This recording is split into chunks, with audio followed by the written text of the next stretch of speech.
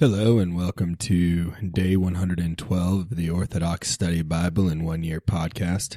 Today we'll be reading from the second book of Kingdoms, chapter 16 to chapter 18, verse 18, Psalms 93, verses 1 through 15, and Luke chapter 16. Let us begin with the second book of Kingdoms, chapter 16. When David was a little past the top of the mountain, there was Ziba, the servant of Mephibosheth, who met him with a couple of saddled donkeys, and on them were 200 loaves of bread, 100 clusters of raisins, 100 dates, and a skin of wine. And the king said to Ziba, "Why do you have these?" So Ziba said, "The donkeys are for the king's household to ride on, the bread and dates are for the young men to eat, and the wine for those who are faint in the desert from lack of drink." Then the king said, "And where is your master's son?" And Ziba said to the king, "He is staying in Jerusalem. For he said, 'Today the house of Israel will restore my father's kingdom to me.'" So the king said to Ziba, "Here, all that belongs to Mephibosheth is yours." And Ziba bowed and said, "May I find favor in your eyes, Lord, my king." Now when King David came to Bahurim, there was a man coming from there from the family of the house of Saul, whose name was Shemiel, the son of Gera. As he came out, he was cursing continuously, casting stones at David and all the servants of David, and at all the people and all the mighty men on the right and on the left hand of the king. And Shemiel cursed him and said, come out, you bloodthirsty man, you unlawful man. The Lord brought upon you all the blood of the house of Saul, because you reign in his place. And the Lord now gives the kingdom into the hand of Absalom your son. So now you are caught in your own evil, because you are a bloodthirsty man. Then Abishai, the son of Zeruiah, said to the king, "Why is this dead dog cursing my lord the king? I will go over and take off his head." But the king said, "What do I have to do with you, you sons of Zeruiah? Leave him alone and let him curse, because the Lord told him to curse David. Who then shall say, 'Why have you done so?'" And David said to Abishai and all his servants, "See how my son, who came from my own body, seeks my life. Still more now may the son of Benjamin let him curse, because the Lord told him. May the Lord somehow look on my humiliation, and may he turn his cursing of me this day into good." And as David and his men went along the road, Shemiah went along the hillside opposite him and cursed as he went, throwing stones alongside him and kicking up dust. Now the king and all the people with him were becoming thirsty, so they refreshed themselves there. Absalom and all the men of Israel came to Jerusalem, and Ahithophel was with him. And when Hushai the Archite, David's companion, came to Absalom, Hushai said to Absalom, "Long live the king." So Absalom said to Hushai, "Is this the mercy you show to your companion? Why did you not go with your companion?" And Hushai said to Absalom, "No, I am following the one that the Lord, these people, and all the men of Israel choose. I will be his, and I will remain with him. Should I not serve the next one? Should I not serve in the presence of his son? I will be in your presence as I served in your father's presence." Then Absalom said to Ahithophel, "Give counsel as to what we should do." And Ahithophel said to Absalom, "Go into your father's concubines, whom he left to keep the house, and all Israel will hear that you dishonored your father. Then the hands of all who are with you will be strong." So they pitched a tent for Absalom on top of the house, and Absalom went into his father's concubines in the sight of all Israel. Now the counsel of Ahithophel, which he gave in those days, was treated as if he obtained it after inquiring the word of God. So was all the advice of Ahithophel, both to David and to Absalom. Second Book of Kingdoms, chapter 17. In those days Ahithophel said to Absalom, "Let me choose for myself 12,000 men, and I will arise and pursue David tonight. I will come upon him while he is weary and weak, and make him confused. And all the people who are with him will flee, and I will strike only the king. I will bring all the people back to you as a bride returns to her husband, except the life of the one man whom you seek. Then all the people will be at peace." The saying pleased Absalom and all the elders of Israel. Then Absalom said, "Call Hushai the Archite, and let us hear what he says as well." When Hushai came to Absalom, Absalom spoke to him, saying, "Ahithophel spoke in this manner. Shall we do as he says? If not, speak up." So Hushai said to Absalom, "The advice that Ahithophel gave is not good at this time." Hushai said, "You know that your father and his men are very mighty and bitter in their souls, like a bear robbed of her cubs in the field, or like a savage boar in the pasture. And your father is a man of war and will not camp with the people. Surely by now he is hidden in one of the hills or in some other place. And when at first some of them are overthrown, whoever hears it will say, 'There is a slaughter among the people who follow Absalom.' And even he who is valiant, whose heart is like that of a lion, will melt completely. For all Israel knows that your father is a mighty man, and those who are with him are valiant men. Therefore I advise all Israel to gather to you from Dan to Beersheba, like the multitude of sand along the sea, with you yourself standing in the midst of them. So we will come upon him in one of the places where we may find him, and we will fall on him as the dew falls on the ground, and we will not leave one of all the men with him. Moreover, if he withdraws into a city, then all Israel shall bring ropes to that city, and we will pull it into the river until not one small stone is left." So Absalom and all the men of Israel said, "The advice of Hushai the Archite is better than the counsel of Ahithophel, for the Lord commanded we reject the good counsel of Ahithophel, if perchance the Lord might bring all evil upon Absalom."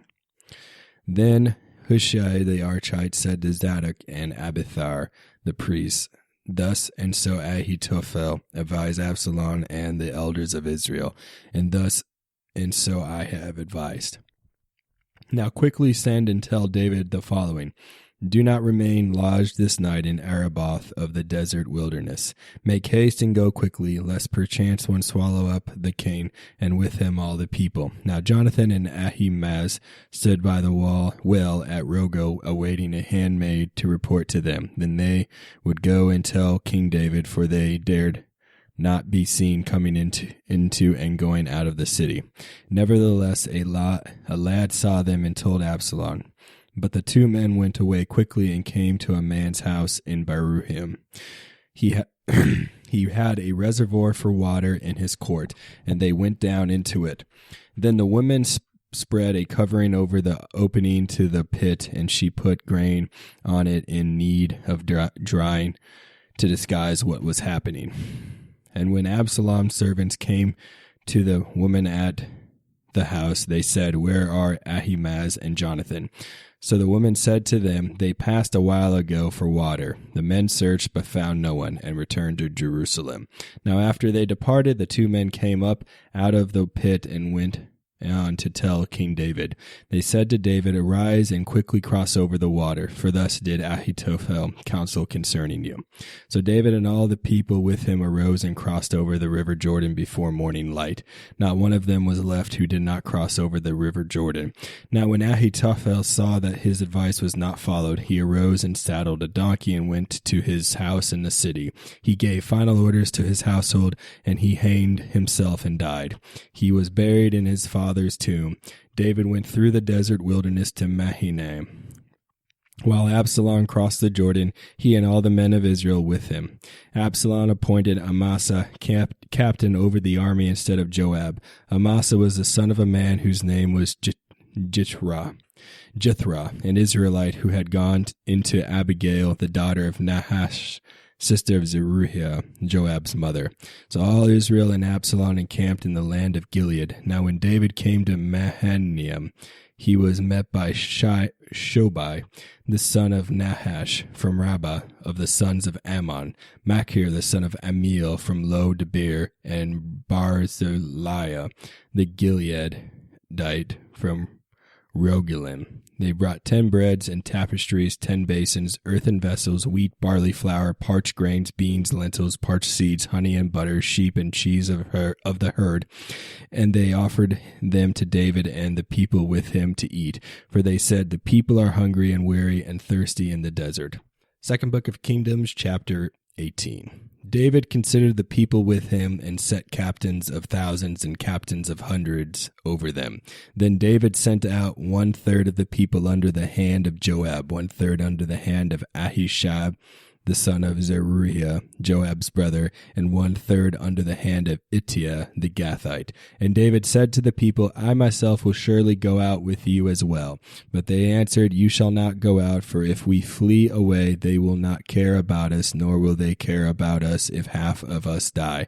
You are worth 10,000 of us, and now it is well that you will be more help to us in the city. Then the king said to them, I will do whatever seems best to you. So the king stood beside the gate, and all the people went out by hundreds and by thousands. The king commanded Joab, Abishai, and Ittai, saying, for my sake, deal gently with the young man Absalom. And the people heard the king give orders to all the captains concerning Absalom. So the people went out into the thicket against Israel, and the battle was in the thicket of Ephraim. The people of Israel were overthrown there before the servants of David, and a great slaughter of 20,000 men took place there that day. And the battle itself was scattered over the face of all the countryside. And the thicket of the woods devoured more of the people that day than did the sword. Then Absalom met the servants of David. Absalom rode on his mule. The mule went under the thick boughs of a great oak tree, and his head caught in the oak, so he was left hanging between heaven and earth. And the mule that was under him went on. Now a certain man saw it and told Joab, saying, I just saw Absalom hanging in an oak tree. So Joab said to the man who told him, you just saw him and did not dislodge him so he could fall to the ground? Why? I would have given you 10 shekels of silver and a belt. But the man said to Joab, though I were to receive 1,000 shekels of silver in my hand, I would not raise my hand against the king's son. For in our hearing the king commanded you and Abishai and Ittai, saying, protect the young man Absalom for me. Do not deal with his life in a dishonorable way, for there is nothing hidden from the king, and you yourself would have set yourself against him. Then Joab said, I will make preparation for this, and thus I will not linger with you. Joab took 3 spears in his hands and thrust them through the heart of Absalom, while he was yet alive in the grip of the oak tree.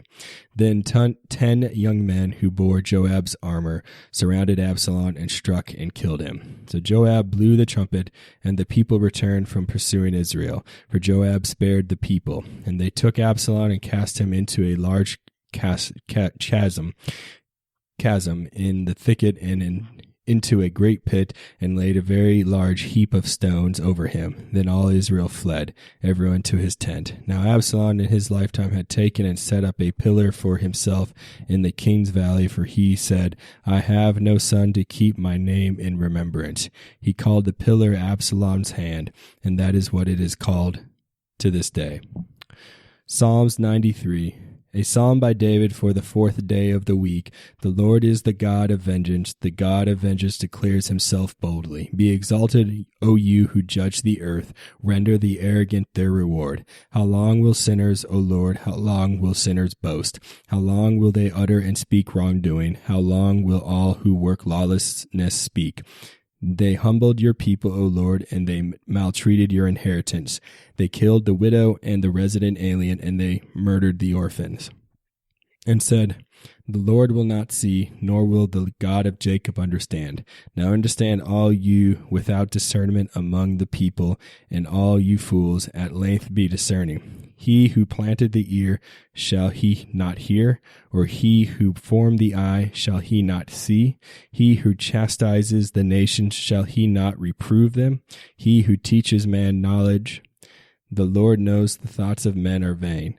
Blessed is the man whom you instruct, O Lord, and whom you teach from your law, so you may give him rest from evil days until a pit is dug for the sinner. For the Lord will not reject his people, and he will not forsake his inheritance, until righteousness returns to judgment, and all the uptight in heart possess it. Luke chapter 16, verse 1. He also said to his disciples, there was a certain rich man who had a steward, and an accusation was brought to him that this man was wasting his goods. So he called him and said to him, what is this I hear about you? Give an account of your stewardship, for you can no longer be a steward. Then the steward said within himself, what shall I do? For my master is taking the stewardship away from me. I cannot dig. I am ashamed to beg. I have resolved what to do, that when I am put out of the stewardship, they may receive me into their houses. So he called every one of his master's debtors to him, and said to the first, how much do you owe my master? And he said, 100 measures of oil. So he said to him, take your bill and sit down quickly and write 50. Then he said to another, how much do you owe? So he said, 100 measures of wheat. And he said to him, take your bill and write 80. So the master commended the unjust steward because he had dealt shrewdly. For the sons of this world are more shrewd in their generation than the sons of light. And I say to you, make friends for yourselves by unrighteous mammon, that when you fail, they may receive you into an everlasting home. He who is faithful in what is least is faithful. He who is faithful in what is least is faithful also in much. And he who is unjust in what is least is unjust also in much. Therefore, if you have not been faithful in the unrighteous mammon, who will commit to your trust the true riches? And if you have not been faithful in what is another man's, who will give you what is your own? No servant can serve two masters, for either he will hate the one and love the other, or else he will be loyal to the one and despise the other. You cannot serve God and mammon. Now the Pharisees, who were lovers of money, also heard all these things, and they derided him. And he said to them, You are those who justify yourselves before men, but God knows your hearts. For what is highly esteemed among men is an abomination in the sight of God. The law and the prophets were until John. Since that time, the kingdom of God has been preached, and everyone is pressing into it. And it is easier for heaven and earth to pass away than for one title of the law to fail. Whoever divorces his wife and marries another commits adultery, and whoever marries her who is divorced from her husband commits adultery. There was a certain rich man who was clothed in purple and fine linen and fared sumptuously every day. But there was a certain beggar named Lazarus, full of sores, who was laid at his gate, desiring to be fed with the crumbs which fell from the rich man's table. Moreover, the dogs came and licked his sores. So it was that the beggar died and was carried by the angels to Abraham's bosom. The rich man also died and was buried. And being in torments in Hades, he lifted up his eyes and saw Abraham afar off and Lazarus in his bosom. Then he cried and said, Father Abraham, have mercy on me, and send Lazarus that he may dip the tip of his finger in water and cool my tongue, for I am tormented in this flame. But Abraham said, Son, remember that in your lifetime you received your good things, and likewise Lazarus evil things. But now he is comforted, and you are tormented. And besides all this, between us and you there is a great gulf fixed, so that those who want to pass from here to you cannot, nor can those from there pass to us. Then he said, I beg you, therefore, Father, that you would send him to my father's house, for I have 5 brothers, that he may testify to them, lest they also come to this place of torment. Abraham said to them, They have Moses and the prophets, let them hear them. And he said, No, Father Abraham, but if one goes to them from the dead, they will repent. But he said to them, If they do not hear Moses and the prophets, neither will they be persuaded though one rise from the dead. Thank you for joining me on day 112 of the Orthodox Study Bible in 1 Year podcast. Tune in next time for day 113.